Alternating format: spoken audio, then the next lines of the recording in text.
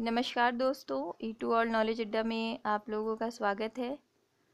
आज मैं आपको छायावाद के 4 स्तंभ के बारे में बताने जा रही हूँ, जो कि एग्ज़ाम में पूछा जाता है कि छायावाद के 4 स्तंभों में कौन कौन शामिल हैं। तो उनके नाम देखिए। सबसे पहले हैं जयशंकर प्रसाद जी। तो मैंने जो छायावाद के 4 स्तंभ हैं उनके नाम के साथ उनका जन्म कब और कहाँ हुआ था और उनकी रचनाएं भी साथ में आपको स्क्रीन पे दी है, तो ध्यानपूर्वक पढ़िए। सबसे पहले जयशंकर प्रसाद जी के बारे में जानते हैं। इनका जन्म 1890 में हुआ था, काशी में। इनका घराना सुंघनी साहू नाम से प्रसिद्ध था काशी में। तो ये भी पूछा जाता है कि सुंघनी साहू नाम से किसका घराना प्रसिद्ध था, तो वो थे जयशंकर प्रसाद जी।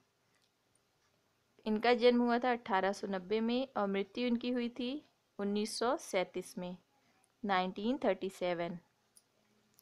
अब इनकी काव्य रचनाएं कौन कौन सी हैं देखिए। सबसे पहले तो उर्वशी। उर्वशी की रचना इन्होंने कब की थी? 1909 में। वन मिलन 1909 में। प्रेमराज 1909। अयोध्या का उद्धार 1910। शोकोच्छ्वास 1910। बब्रुवाहन 1911। कानन कुसुम 1913। प्रेम पथिक 1913। करुणालय 1913। महाराणा का महत्व 1914।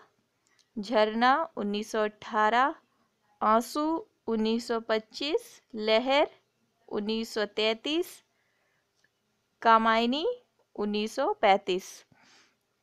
इस तरह जयशंकर प्रसाद जी की सारी रचनाएं, जो भी इनकी छायावाद की रचनाएं थी, वो सब है। इन सबको पूछा जाता है कि करुणालय किसका है, इसकी रचना किसने की, और आपको एक क्वेश्चन दिया जाएगा, उसमें जयशंकर प्रसाद की आंसू, झरना, लहर, कामायनी ऐसे दे दिया जाएगा और उनको सनवाइज लगाना होगा कि सबसे पहले किसकी रचना हुई, इसके बाद किसकी हुई। तो आप इसीलिए सन भी आपको दिया हुआ है, तो आप सन याद रखिए। जयशंकर प्रसाद एक ऐसे कवि है जिनसे क्वेश्चन जरूर आता है एग्जाम में। आगे दूसरे सूर्यकांत त्रिपाठी निराला जी। इनका जन्म कब हुआ था देखिए। इनका जन्म हुआ था 1897 में और इनकी मृत्यु हुई थी 1962 में। इनकी रचनाएं देखिए। अनामिका 1923 में। परिमल 1930 में। गीतिका 1936 में। तुलसीदास 1938 में। पंचवटी प्रसंग,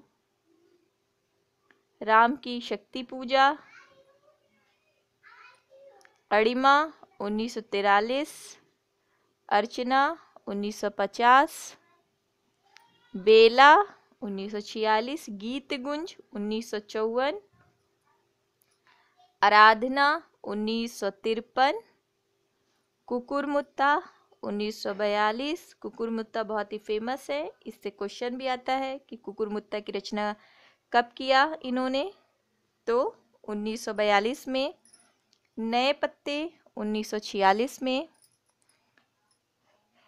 आगे आप और देखते रहिए, मैं रचनाओं के बारे में बताने जा रही हूँ। ये छायावाद के स्तंभ में जिनके बारे में बता रही हूँ। आगे मैं सूर्यकांत त्रिपाठी निराला जी की और भी कुछ रचनाएं हैं उनके बारे में बता रही हूँ, तो ध्यानपूर्वक स्क्रीन पर देखते रहिए।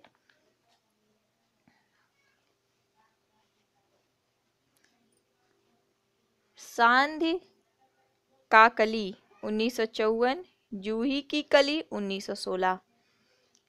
इस तरह सूर्यकांत त्रिपाठी निराला जी की सारी रचनाएं उनके सन के साथ मैंने आपको स्क्रीन पे दी है। इनसे क्वेश्चन जरूर आता है, तो आप इसके सन और रचनाएं दोनों याद रखिए। अब आगे मैं आपको सुमित्रानंद पंत जी के बारे में बताने जा रही हूँ। इनका जन्म 1900 में हुआ था, उत्तरांचल के जिला अल्मोड़ा के कौसानी ग्राम में, और इनकी मृत्यु हुई थी 1970 में। इनकी रचनाएं हैं सुमित्रानंद पंत जी की गिरजे का घंटा 1916, ये इनकी पहली कविता थी। उच्छ्वास 1920, ये भी पूछा जाता है कि सुमित्रानंद पंत जी की पहली कविता कौन थी, तो वो थी गिरजे का घंटा 1916 में जिसकी रचना उन्होंने की। उच्छ्वास 1920 में, ग्रंथि 1920, वीणा की रचना इन्होंने 1927 में की। पल्लव 1928, गुंजन 1932, युगांत, युगवाणी, ग्राम्या, स्वर किरण, स्वर धूलि, उत्तरा, रजत शिखर, वाणी, पतझर, शिल्पी, अतिमा इनकी पिछले वर्ष के पेपर में पूछी गई है कि ये रचना किसकी है, तो ये है सुमित्रानंद पंत जी की। कला और बूढ़ा चांद, सत्यकाम, लोकायतन, ये इनका महाकाव्य है। ये भी पूछा जाता है कि सुमित्रानंद पंत जी द्वारा ऐसा उनका महाकाव्य कौन सा है, तो वो है लोकायतन।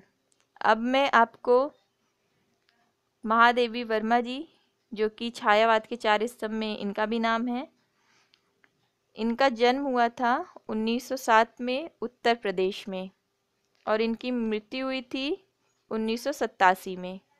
इनकी रचनाएं हैं निहार 1930, रश्मि 1932, निर्जा 1935, और सांध गीत 1936, यामा 1936, दीपशिखा 1942। इस तरह मैंने छायावाद के जो 4 स्तंभ थे, जयशंकर प्रसाद, सूर्यकांत त्रिपाठी निराला जी, सुमित्रानंद पंत और महादेवी वर्मा, ये चारों लोग जो है छायावाद के 4 स्तंभ कहे जाते हैं। तो इन चारों लोग का आप लोग नाम याद रखिए कि छायावाद के 4 स्तंभों में किनका किनका नाम है। ये भी क्वेश्चन पूछा जाता है कि छायावाद के 4 स्तंभों में से ये कौन कौन है इसमें, तो आपको नाम दिया रहेगा, उस पे आपको अगर पता होगा कि ये लोग हैं, तब आप आराम से क्वेश्चन का आंसर दे सकते हैं।